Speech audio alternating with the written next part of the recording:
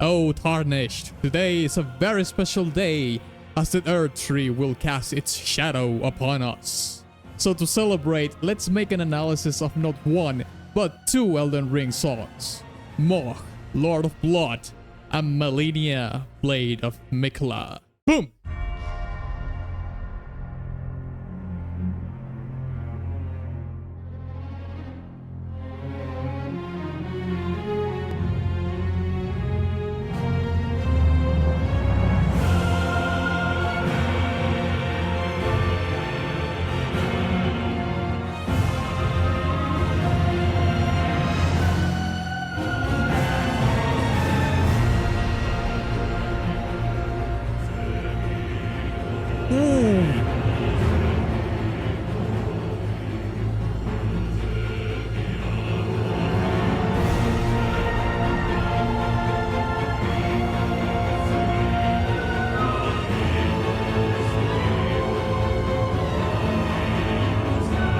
The grass was cool.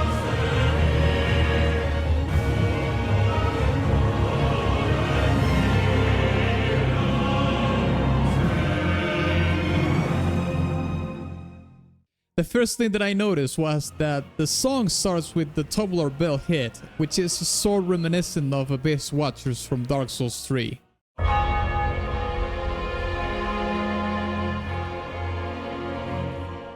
These particular compositional elements that thread throughout From Software games really help to create a sound that serves the purpose of its identity. In the introduction of the song, we have a pedal tone in the lower register, which is basically a note that sustains itself through a period of time or through the whole piece, which really creates a sense of forebodingness and tension.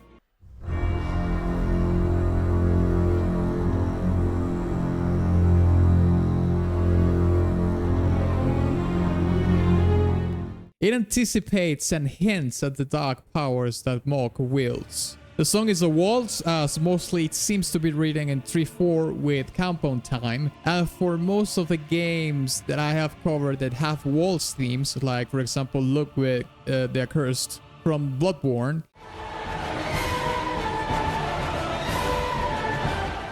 in this case, the song doesn't have a dance quality, as the beats are not heavily accented. It is more subtle. It feels like you're being enveloped in a mist, a crimson mist that is both seducing you and pulling you apart. The low choirs along with the bird harpsichord, which by the way adds a little bit of a regal touch to it, it's buried in the mix. This layer is like this underlying bubbling perversion that the song has, therefore making the song really sinister. It sounds like a developing harrowing sanguine ritual. And guess whose plot is in it? Yours.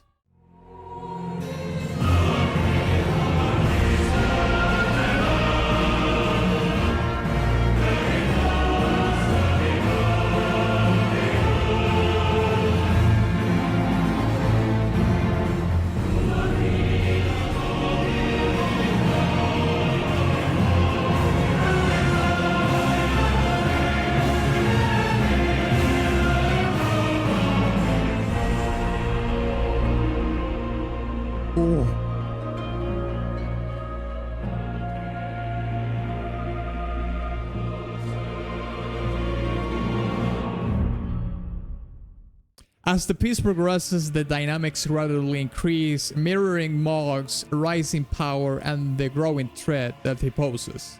The swelling brass and intensifying percussion, which has a subtle martial feel to it, reflect not only his formidable strength and malevolent intentions, but his resolve to do what he wants. It does have as well a fake resolving ending, purposely crafted to create uncertainty in the player.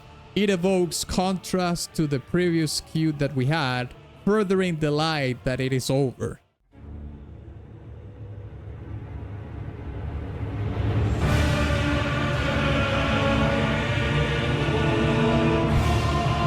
Okay, it's on.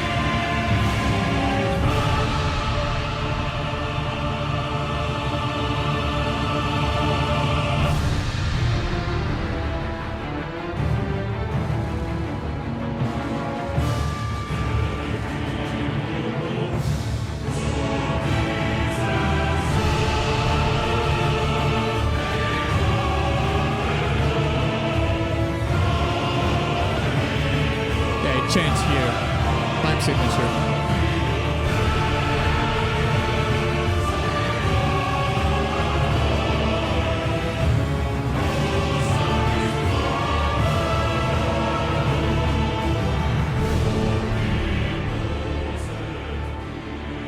So dark, mate.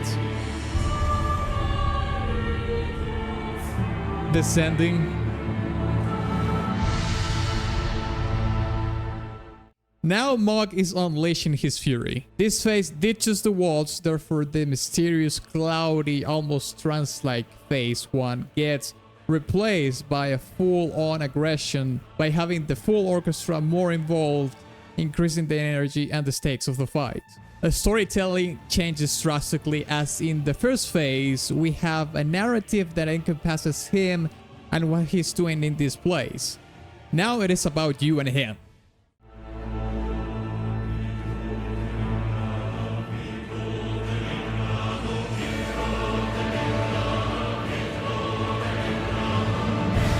It's building the tension so much.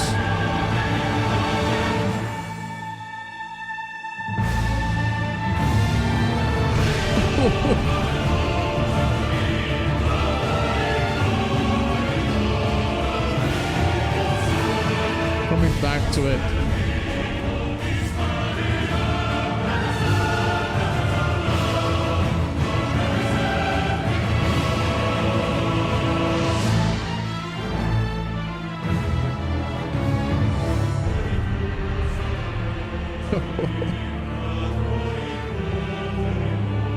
Mate, this is so seamless. It's crazy. Back to the walls.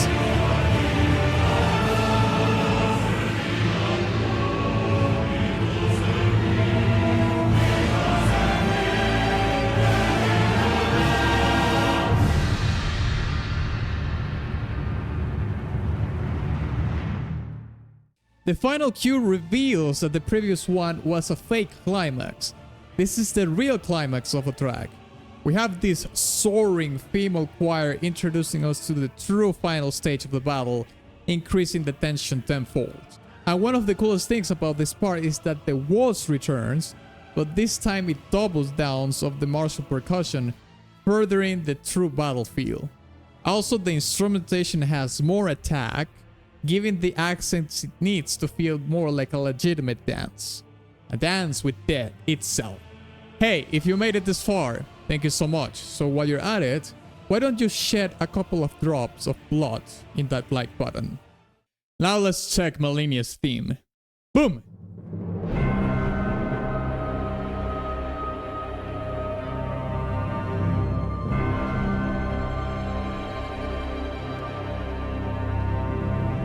Anticipation building is crazy.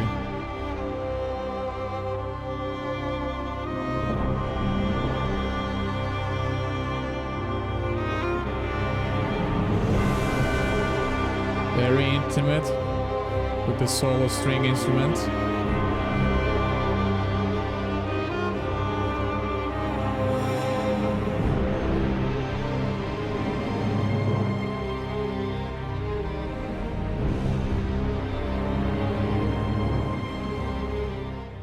The song right off the bat introduces a layer that is making it very intimate and emotional at the same time, which is the solo string instrument.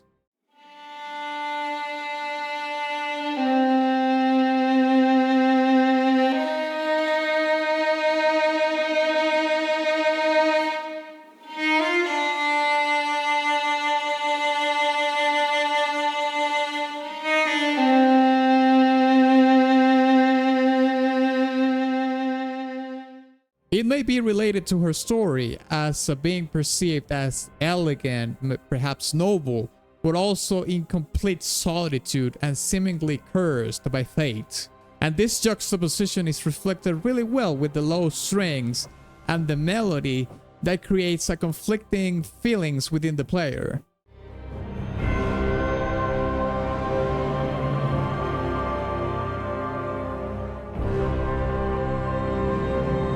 Again, with the intimacy of the track, the solo female voice.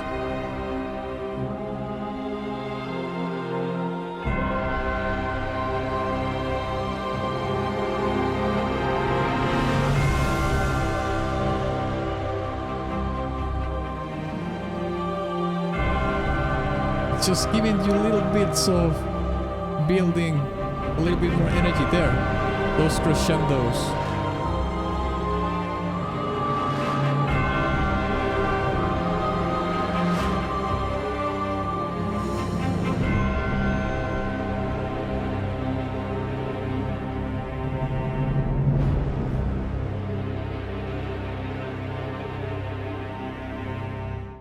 The solo female voice is also driving the storytelling so hard right now. The subtle performance is really driving the tragic background this character has, almost as it was Malenia herself singing into the void about what she was before and what she has come to be. An undefeated champion, defeated by her own self.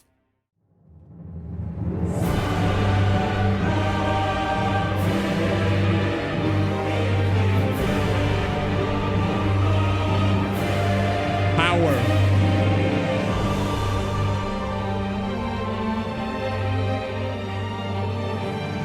You dumped all this energy, all that energy, and now it's more controlled. The elegancy of the performance and the composition.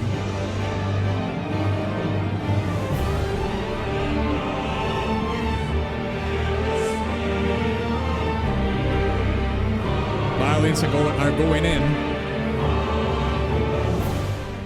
The second phase reflects the mighty warrior side of Malenia, but it is doing it in a very elegant way.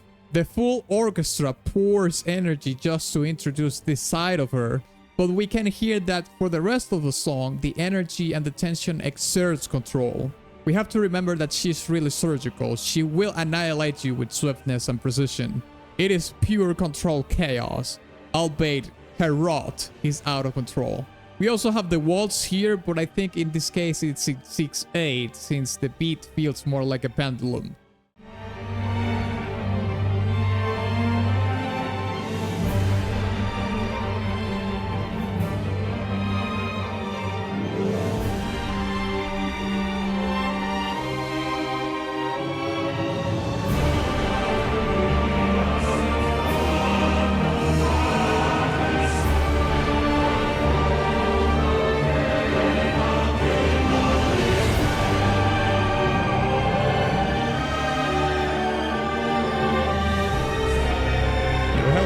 Here, but it's different.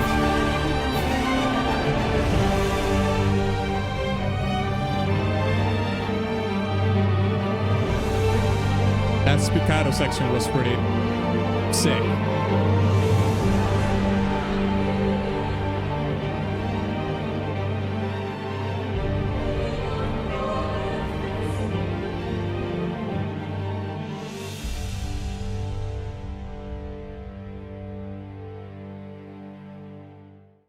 We can hear how towards the end of a song it interchanges blows in between the tragic story of Malenia and her warrior side.